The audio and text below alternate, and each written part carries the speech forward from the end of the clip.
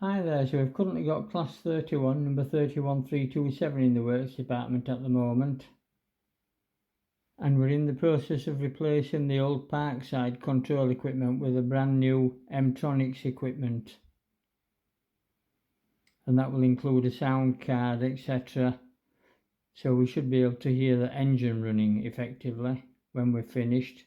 And we're also doing some repairs to the locomotive which it requires.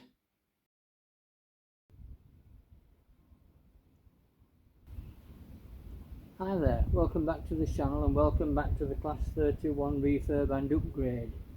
I'm trying to put a speaker system into it and a new control equipment.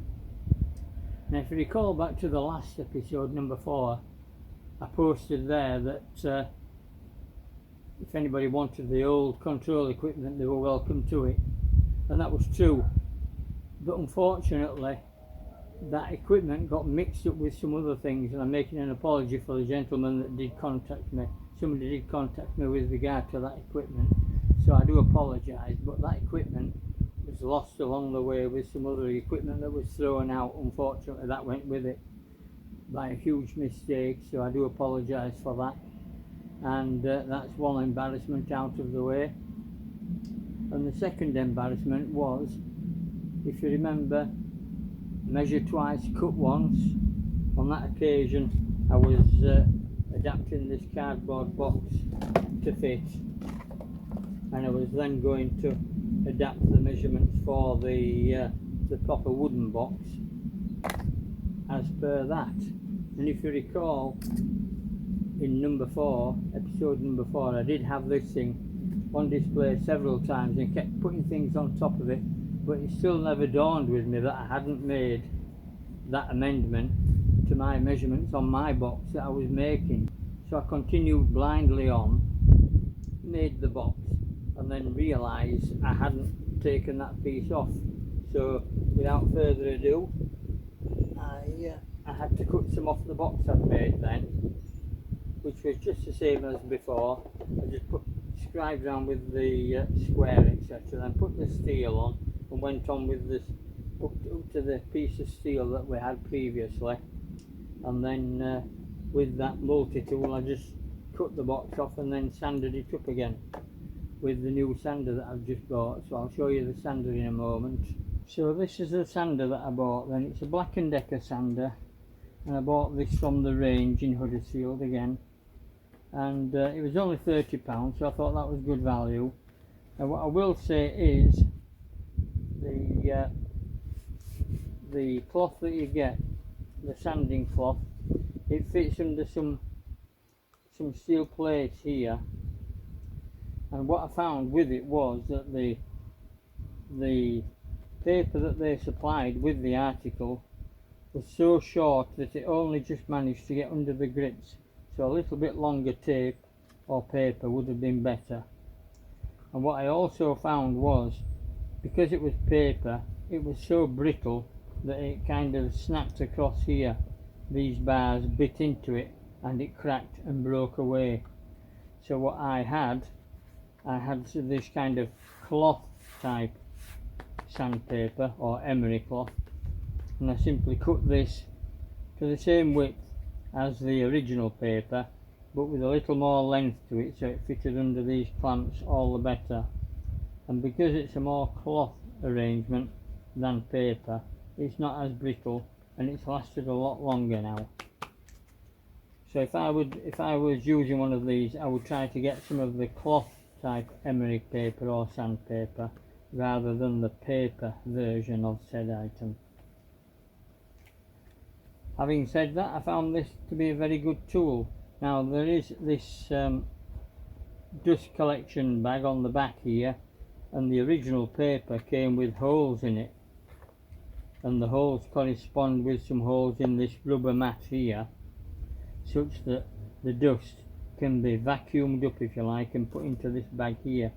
But we've lost the dust extraction side of it, because using this cloth I haven't reproduced the holes, so now the dust is just all over the place rather than getting vacuumed up as you're going along. So just that to bear in mind if you're replacing this, but I would recommend that they get replaced with the cloth type paper. They'll last a lot longer than a paper type paper, and with a little more length in, it will prevent it coming out like it is doing just there.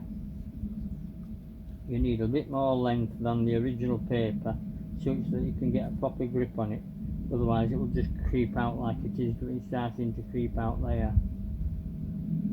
And they're just held in on these clips here. See, it's lifting the thing, then you poke your paper underneath and then you bring that back up, clip it into its place there, and that's securely held. But if the paper isn't long enough, you really struggle, as it's just starting to pop out there because it's worked a little bit slack over use while I've been sanding the box down. But I find that a very good sander and quite cheap as well, so I'm happy with my purchase there from the range again.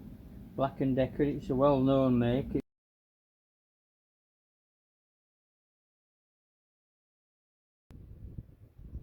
I've got the safety glasses because of the dust it might create. The ear defenders for the noise it's going to make. It's got its own dust bag on it for collecting the dust, but it is quite windy, so I'm working upwind of the box, so hopefully any dust will get blown away from me.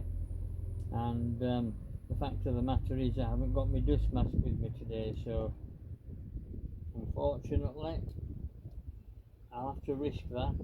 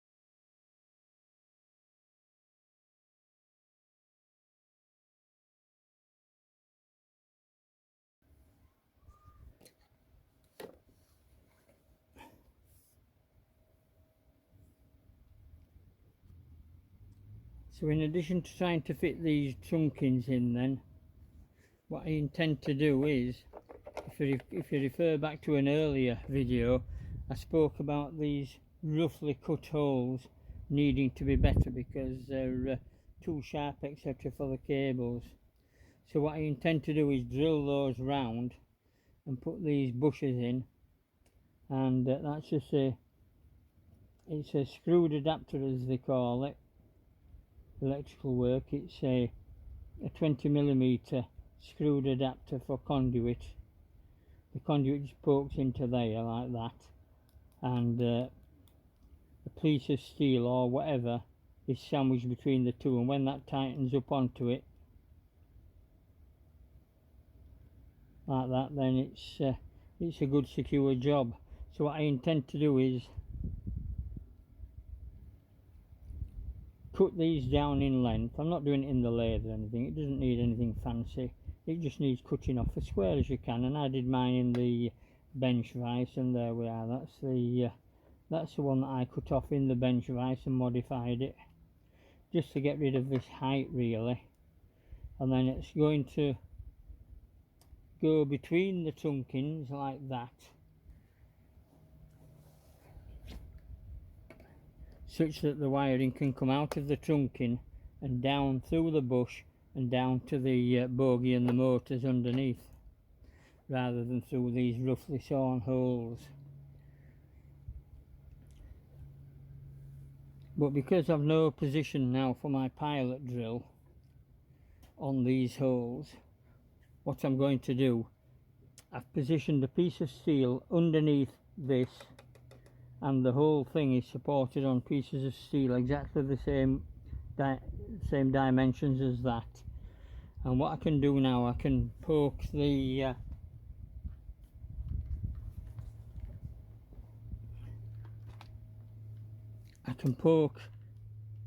I've undone the screw there and lifted this pilot drill as far down as I can, and then tightened it back in. It wouldn't normally stick that far out, it would be somewhere back here, but I've undone the screw, slipped it out so that I can poke that down through the thickness of this steel and locate in a hole which I've pre-drilled in this steel here, and then that will hold the drill instead of allowing it to rattle and bang all over the place. That's the thought anyway. We'll see if it works in practice.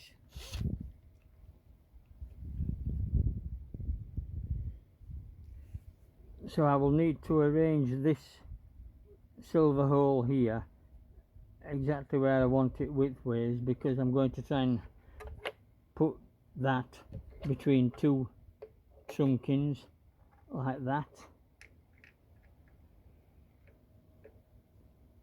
That's what I'm aiming to do. And then all these I'll take the lid off. The lid comes off the trunking. I'll take the lid off and drill through here in several places, picking up into the base, and I'll use nylock nuts underneath, as I said, with a domed head in here, called roofing nuts and bolts. That's what I'm using, roofing nuts and bolts.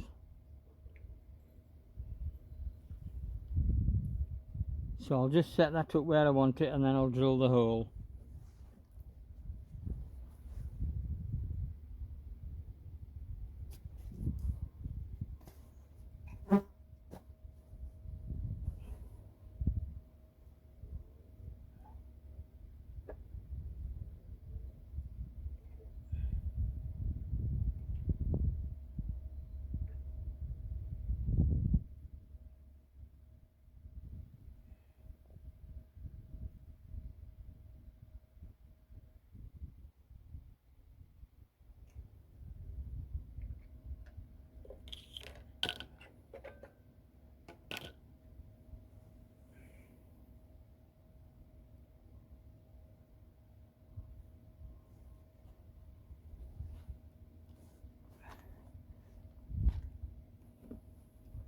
So the long pilot drill is going down into the hole, and that will hopefully hold this cutter in place rather than allowing the cutter to walk all over the steel, which it would do if it wasn't held down like that.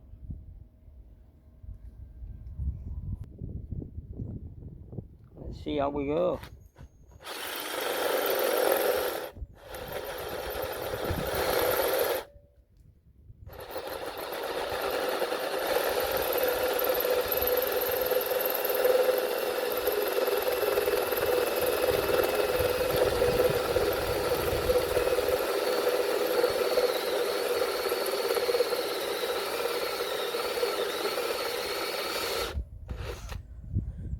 Well, there we are, that's one hole done.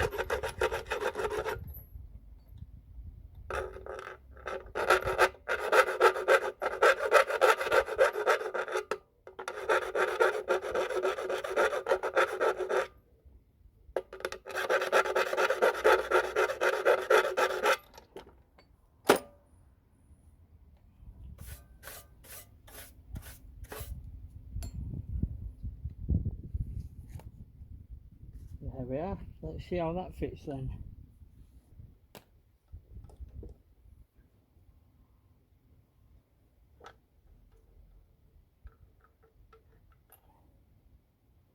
And then screw that down on top.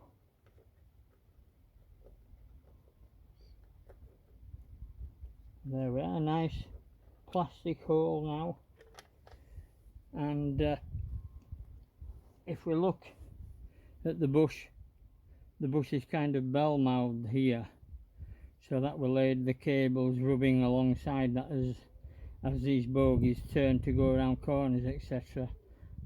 There's a slight bell mouth of a radius on the inside face of this bush, so that will help.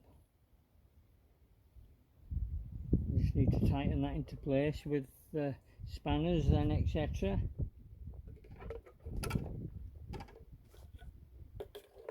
But that's the sort of idea I'm aiming for.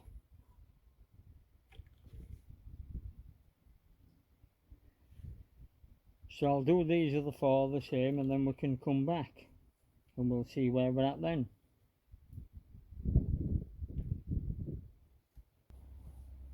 So of course there's no hard and fast measurements required between the screws. It's only to hold this down, and in the middle case here it's to hold the centre jointing plate, which runs to about here and here. It's just to hold that, as well as these bars that I put on earlier. But all I'm trying to do is avoid these holes here, so if I go somewhere in between, that should be good.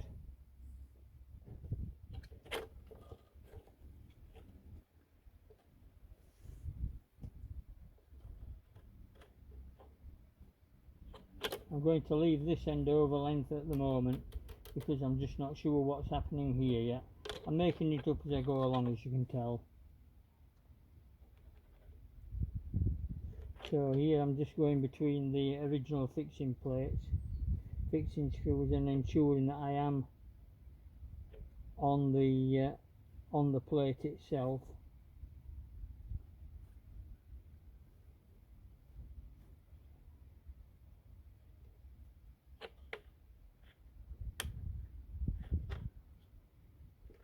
Somewhere there.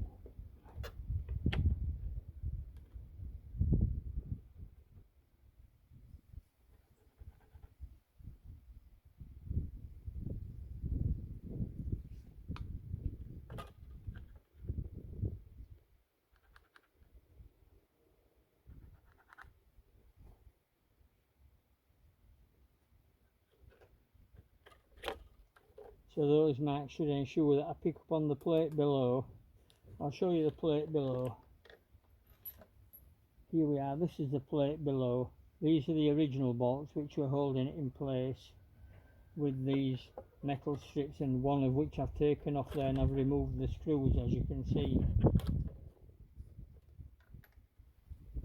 So that's the plate. I'm trying to pick up some fixing holes just here to give aid and strength to all of this chassis, because I don't want to remove this and lose it and just rely on these.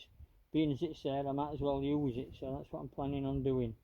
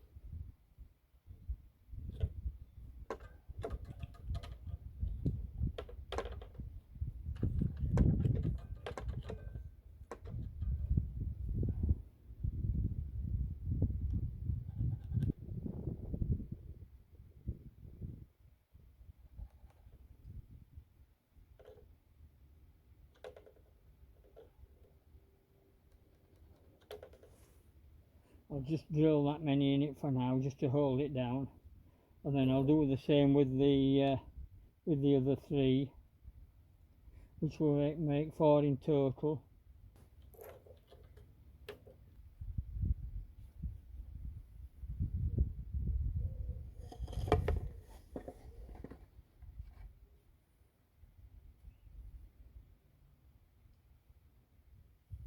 So the whole plate is stood off the ground on some bits of steel, it's raised off, and I've put this sacrificial timber underneath so I don't go through and damage the dust sheet if that were the case. And I'm pulling the plywood back, so I'm only damaging the end of the plywood and not the middle of the plywood effectively, because I'm a Yorkshire, I don't want to use it again. And I've got a 3.5mm drill rather than a 6mm drill, because if I use it as a pilot drill it will tend to wander about less than a 6mm would.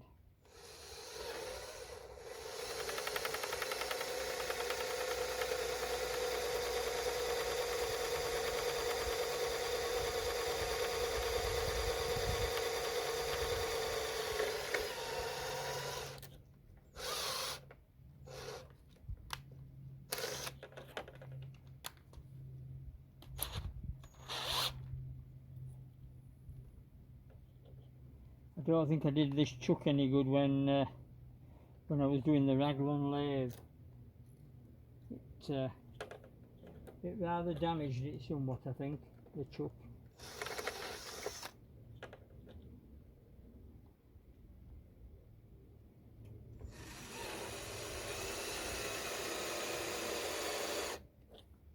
There's my sacrificial board further along.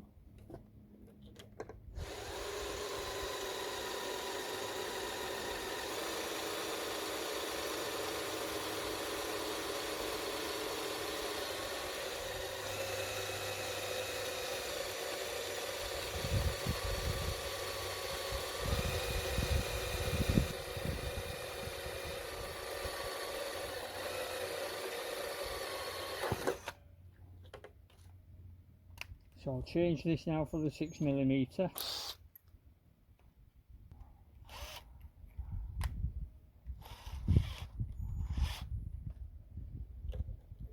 I'll drill that through in place.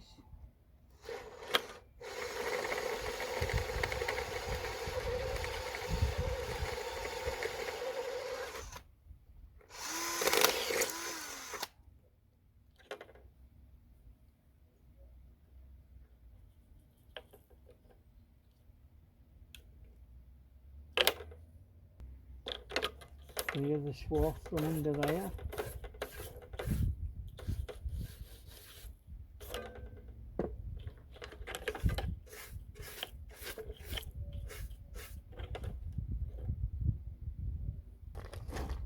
So I'll bolt all this in initially with the flat nuts that came with these bolts, because I don't want to use the nylock nuts and take them off again and put them back on. Once they're on, I want them to stay on and that be it.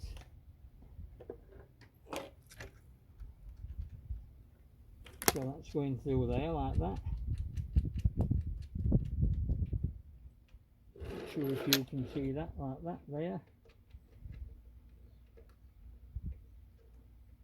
And then when I've got them all in and the nylock nuts, I'll actually cut the remainder of this thread off and paint it over a little bit maybe, such that the nut can never come off completely without having a spanner on it.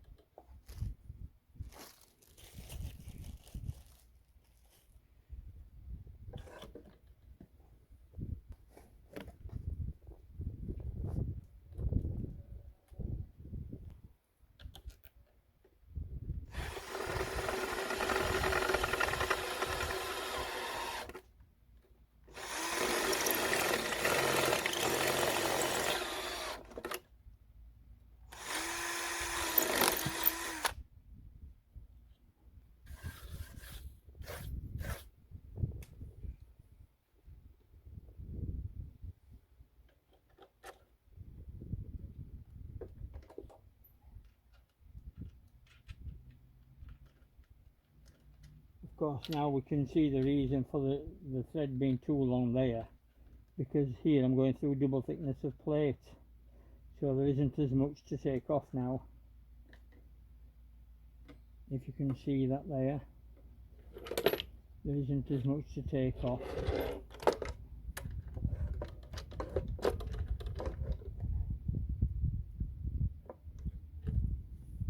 So I'll continue drilling these through just as I have done, and we'll come back when I've got all these fastened in.